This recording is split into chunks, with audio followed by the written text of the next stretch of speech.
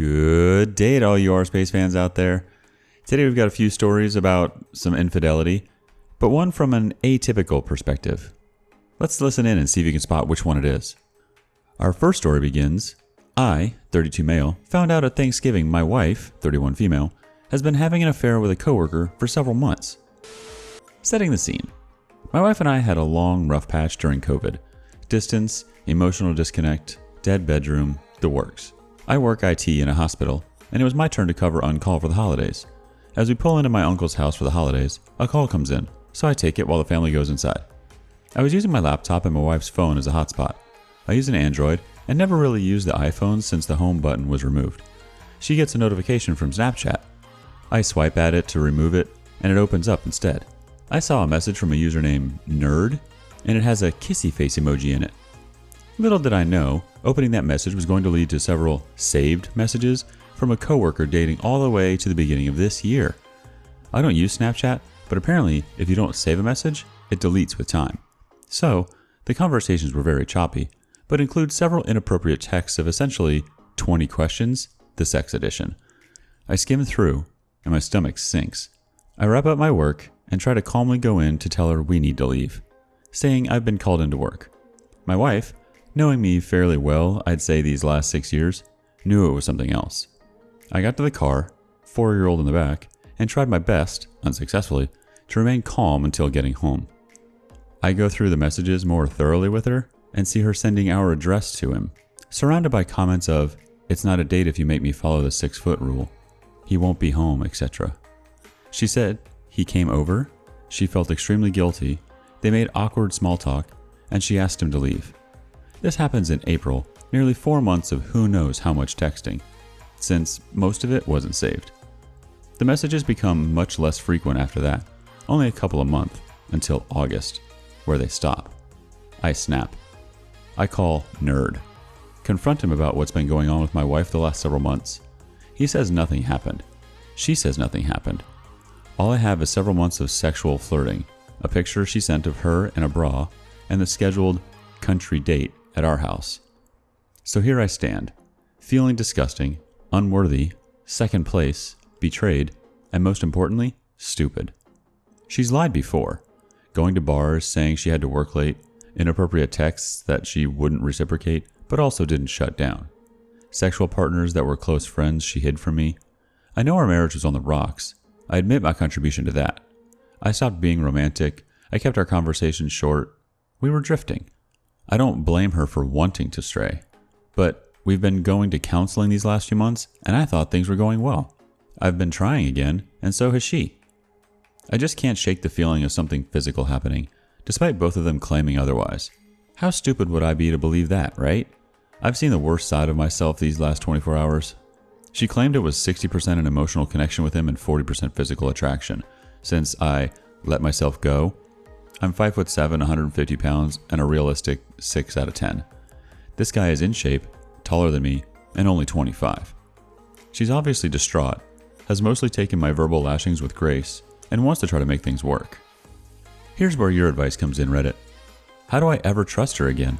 How do I break up our family and lose at least half of the next 14 years of my daughter's childhood? I'm scared who she'll bring around her. I don't want to lose my baby or fear for her well-being. How do I get past the not knowing what really happened? The affair all ended 4 months ago of her doing, but I don't know if I'll ever be able to forgive her, not to mention recover any shred of self-esteem or dignity. If only for a time, I was second best. Update. First off, I never expected such a profound response from the community and the several direct messages and advice I received, so thank you all. It helped through what has been the worst 48 hours of my life. So, since yesterday, I've sat with my wife and went through the details of the entire affair, the reasons she cheated, and where we go from here. After this long conversation, I contacted the affair directly. I know this was an extreme roll of the dice, but I knew him in passing and his personality. He was remorseful, gave me the information I requested, and it matched the smallest details that my wife had given me. What could have been grease to the fire ended up being a small reprieve. Most will call me stupid, I get it, but I don't think there was a physical affair between them. She found attention and confidence she apparently was not getting from me. Well, this reprieve was short-lived by the conversation that followed with my wife. We spent several hours discussing her personal issues that resulted in her straying, and I finally convinced her that honesty is the only way forward from this. So, she admitted, as is the case with most cheaters, that this wasn't the first affair. 2 months prior to her relationship with Nerd, she had the same encounter with another coworker. Only instead of nice guy, nerdy, sweetheart, this guy was the alpha douche take what he wants, ball busting with confidence type. The messages with him were much more graphic and sexual in nature, basically describing in great detail all the sexual things he wants to do to her. She reciprocated, but claimed the only thing that ever came of it was a drunk kiss in the parking lot. Yeah, I know. Here's where I'm reaching out for more advice. For the first time in our marriage, she told me a hard truth that I didn't find out on my own. She's expressed willingness to go to counseling, polygraph tests, admission of her own wrongdoing, and hates the person she is. Yeah, I know, all typical BS a cheater feeds, but I have an illness too. I want to help her, as the mother of my daughter, whether I stay or go. I find it so hard to leave her at her lowest when she wants to change. How do I erase the what if? What if she finally became the person I fell in love with and always thought she was? Address the things that ruined us and led us here. Of course, she could just be feeding me what I want to hear and go back to cheating. But is it really so impossible for people to change and grow from such disgusting behavior? You're not losing half of your kid's childhood, you're gaining it. If you don't leave, then she's going to grow up in a family with two parents that don't respect each other. It's going to be miserable for all of you. But if you two separate, then half of your daughter's life, you get to be together with her, just the two of you, and anyone else you choose to add to her family. Our second story starts off a little something like this. I called off our wedding. Should I end the relationship? I, 38 female, have been with him, 34 male, for about a year and a half. We had known each other for years through my job. He proposed back in October, and we were planning to get married in June. We weren't planning a big wedding, we just needed to tie up some loose ends, like moving into a bigger apartment first. Warning, this is going to be a long one. Something I will say about him is that he is extremely loyal. He doesn't cheat, doesn't even flirt. He does the little chivalrous things that are becoming a dying art, like always opening car doors for me, even when I'm driving. The biggest problem I have had is that he can act a little immature sometimes. I blame his mom in a lot of ways. He was adopted when he was 5 and is her only child. In a lot of ways, she infantilized him, if that's even a word, but I think you understand what we're trying to say here. Example, when we first talked about moving in together, she started talking about how she would need a key to come over every day because he can't possibly take care of a house by himself. He has always lived with roommates. She has covered for him, taken care of everything for him, even as an adult. He doesn't know how to cook.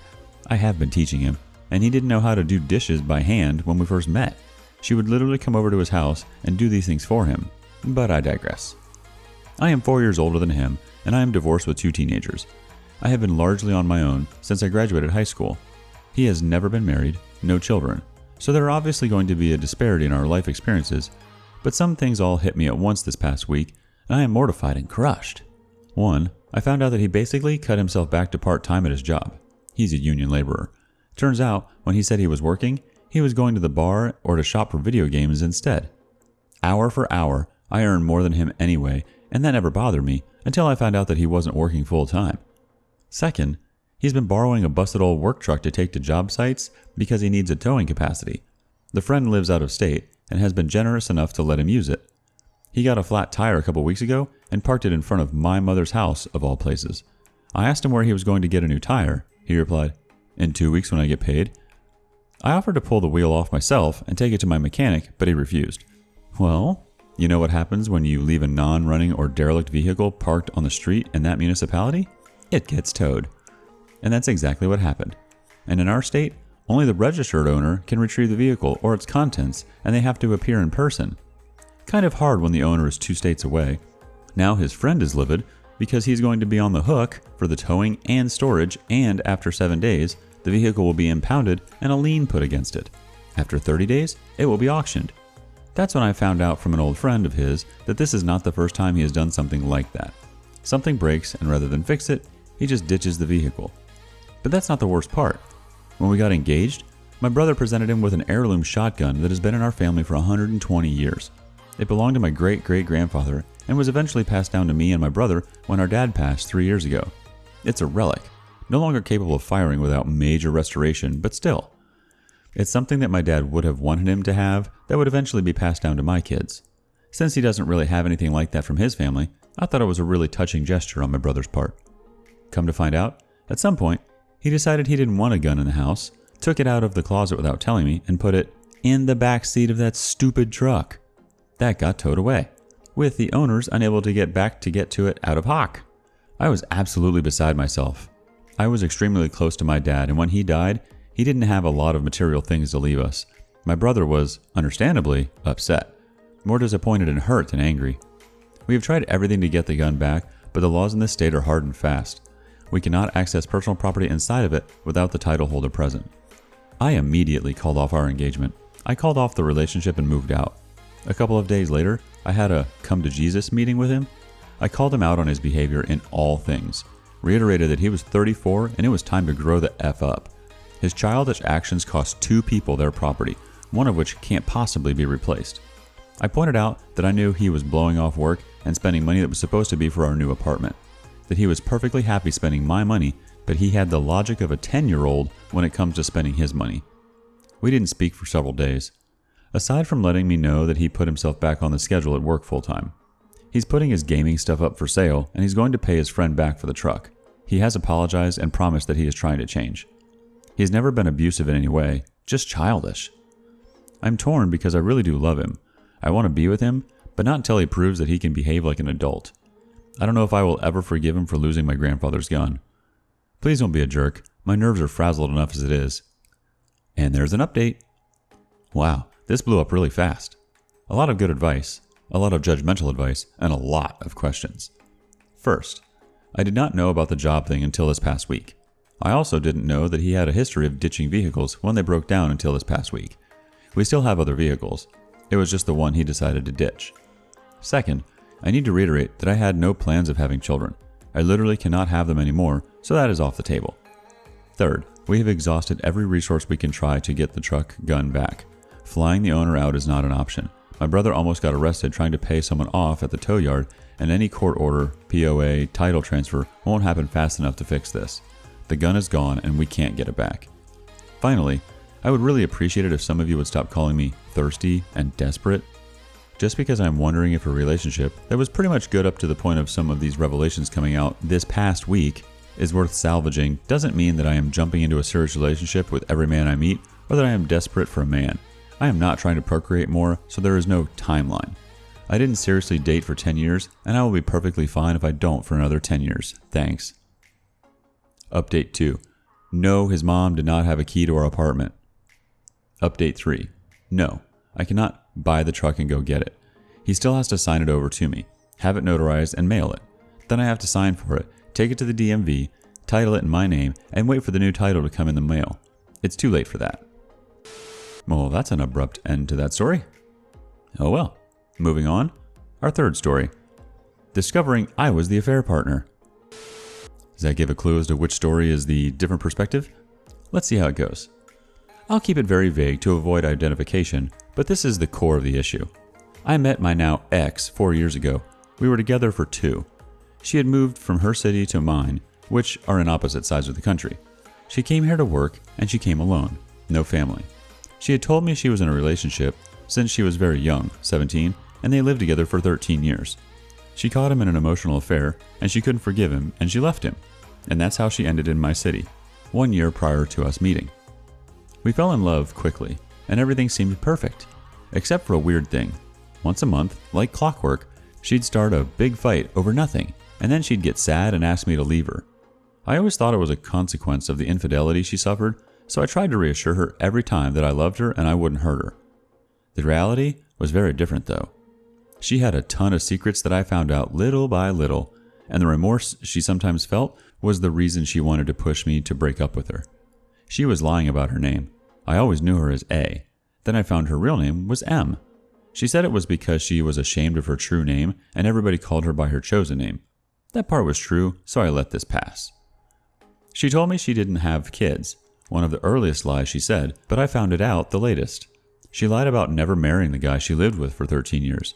She was married, and she said she lied about it because of the stigma of being a divorced woman. I believed her. She lied, again, this time about being divorced. She never got legally separated from her husband. She said she lied about it because he wouldn't give her the divorce. In my country, both parties have to agree on the divorce. Otherwise, the process can get stagnant for years. And she was afraid I wouldn't accept her because of her legal status. I wasn't happy about it, but I agreed that it was something we could sort out as long as there wouldn't be more secrets. She swore there weren't, and we agreed on some changes to make the relationship move forward and lift whatever doubts I still had. Huge mistake. Eventually, a new guy appeared. Coincidentally, he used to be her neighbor when they were kids in their hometown. So at first, I simply thought they were friends. She started putting me aside to privilege her friendship. She'd use her job as an excuse to spend less and less time with me. But I found out, despite being so busy, she was able to spend, every day, quality time with her friend. She told me this by accident. She was so comfortable she forgot she never told me about all the time they were spending together. She lied about the reason she left her husband. This one comes from the previous point. When I heard about all that time she was giving her friend while ignoring me, I got furious. I wasn't going to let that pass. She was really angry because she thought I was being stubborn, proud, and unreasonable. "Why are you so mad about it? Why can't you forgive me if I haven't cheated on you?" she asked, to which I asked back, "Why did you leave your husband? Tell me again." Now, as I said before, she claimed she left him because she caught him in an emotional affair. Every time that subject came up, she always made the strongest defense of his character and how it was never physical cheating, how his ethics and stuff and crap, but she couldn't forgive being put aside. Now she was telling me, because he was sleeping with another woman. WTF? I confronted her on all her lies, this one in particular. Why would she lie about what her husband did? She said because it was embarrassing being cheated on. Eye roll. I left that subject aside for a moment and focused on what she had been doing. I told her she was doing to me what she always claimed, and lied, her husband did to her. That at least while she lied, she seemed to think an emotional affair is enough reason to break up with your partner. So how could she not understand me then? All I heard from her was BS. I broke up with her that day, but we were still in limited contact. She then tried getting me back by making me jealous. Yeah. One day, she posted in her social media a pic of her and a man I didn't know, sat in her bed. He was kissing her cheek. I blocked her immediately. She tried contacting me again by any means she could think of, but I never gave her another chance to even talk. She sent me some emails in which she explained the pic. A friend, she said, who told her that was the way to get me back. Eye roll and face palm hard. And also subtly threatening to kill herself. I never replied. I changed my social media profiles because she kept messaging me with new accounts, so I made a new Insta, Facebook, etc. With one of these, I discovered she had a secret profile in which I was blocked in my original accounts. Here, I have to add that during the time we were together, she traveled frequently to her hometown. It was work-related, she said, and it was always like that, so I never questioned it. I never went with her because she always said her relationship with her family was awful. Another lie. And she preferred it if they knew as little about her life as possible. Well, in that secret profile, I discovered how rich and happy her life actually was. I discovered about her son, and I discovered she was still with her husband. Each travel lasted around 3 days, and then she was back with me. You may be wondering now, how didn't you find out before? She had to be in touch with her son, her husband, and all that family she obviously loved so much. Weren't there strange phone calls, hiding to answer text messages, or other suspicious behaviors? Well, I have no answer for you. I don't know how the hell that happened. Each of us had their own place, so that gave her plenty of privacy to do those things, but still, we were spending most of the time together. I still don't know how she managed to hide it all. Maybe I was just too stupid to see beyond my nose. I couldn't believe the extent of her lies. She even denied her son. Who the F does that? I gathered all the proof I had of our relationship and sent it to her husband. Somehow, they're still together.